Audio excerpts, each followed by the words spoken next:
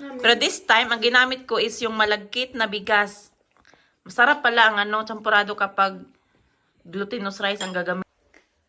Hello everyone! It's us again, ang feeling vlogger nga gamayrag follower.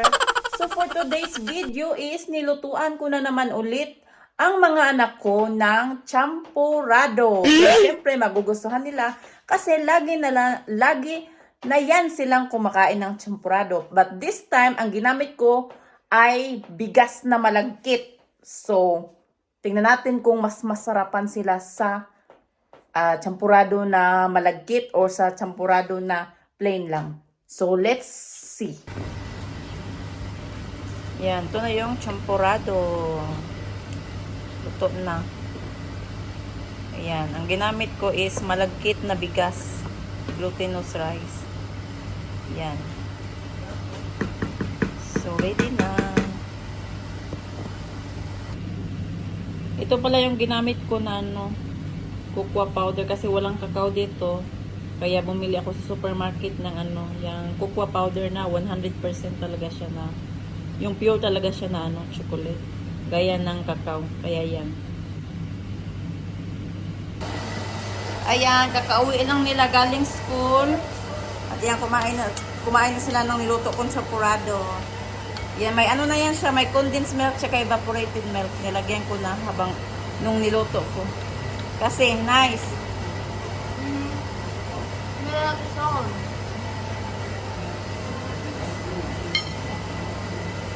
So, rate to, from 1 to 10, what is your rate about my champurado? It's rating. Ha? It's rating, not rate. Mas rating pala. Nag-correction na ako. So, what is your rating about my food? 8 out of 10. 11 out of 10. 11 out of 10. I'll do 8 out of 10 because it's yummy, but it's not that sweet. It's no good for you, too much sweet. And it's too sweet for me when I tried it. Itong pangalawa kong anak, mahilig sa matatamis. Is it too sweet? Is it too thick? It's very yummy. Is it just right, Philia? Yes. Malagkit pala ang nilagay ko na ang ginamit ko na bigas, malagkit na bigas.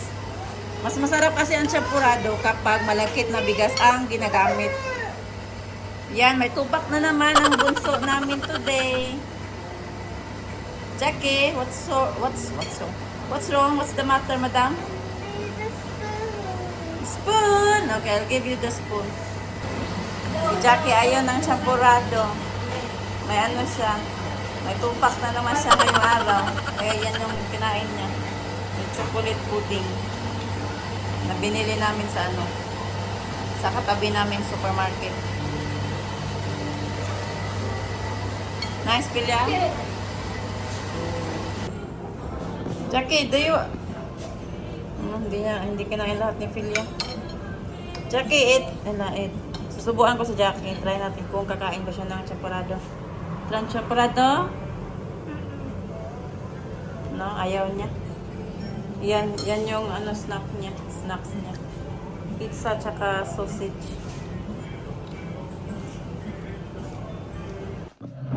Yung kinabukasan kagabi dinala namin dito sa bahay ang yung natirang champurado. Kaya ayan, ang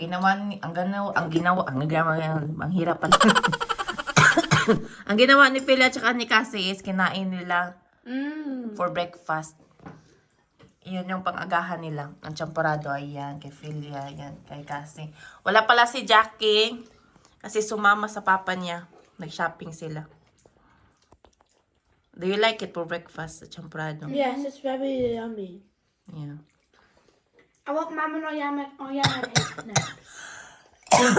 So is it better when it's cold or you want it warm? Cold is better.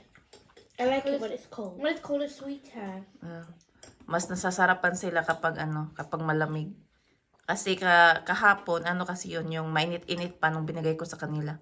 Do you know how to make yama cake? Yeah. Can you make one next time? Yeah, next time. Yay! Nag-request ang mga madam ng yama cake. Ayan, gustong-gusto nila yung champurado, pero lagi na yan silang kumakain ng champurado.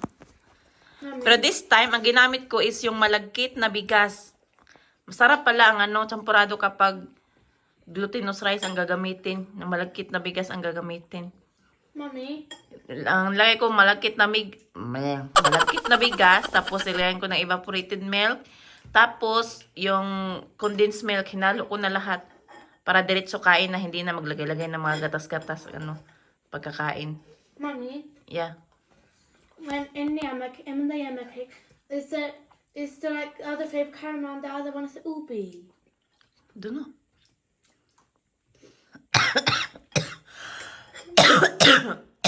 I done yema cake before.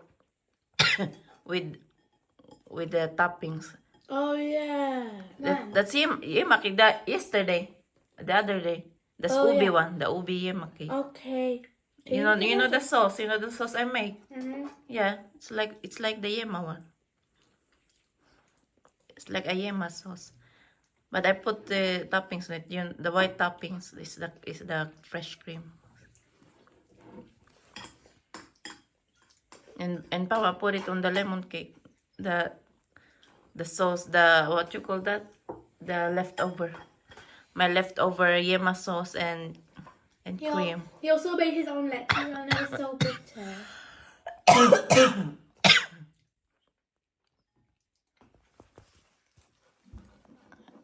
Ayan, si Pilya, naubos na. Ano na lang, isang kutsara na lang natira. Ayan, masarap for breakfast. Ang champurrado. Yan more, Pilya. Some more. No, thank you. You are for later. I want it for later. Okay. I'm full now. Okay, good. Kakagising lang namin. Come on. Some more in here. You're gonna eat it all. Ayan, nakataas ang paa.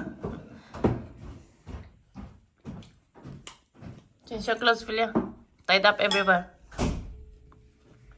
Philia, I said change your clothes and tied up everywhere. You're still in your pajama. Why you're still in your pajama, madam? Because I haven't checked his clothes. And I just woke up 55 minutes ago. 2 minutes ago, I just saw you there in the living room. Sitting down watching television. Parungon ta karon. That was You 5 should. minutes ago. When you wake up, take off your pajama and change your clothes. You're still in your pajama. Not my pajama though. Kapantulog pa si madam.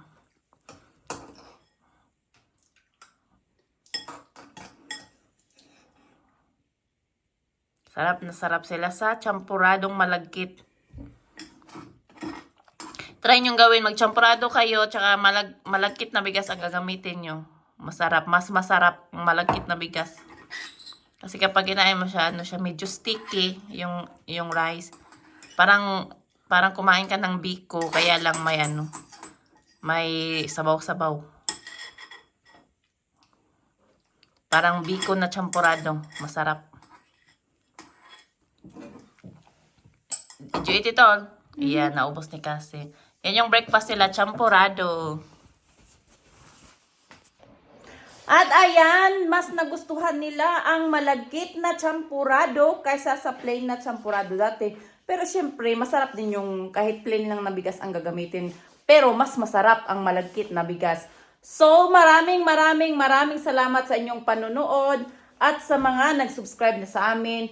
Sobrang thank you so much sa inyong lahat at sa mga hindi pa nag-subscribe.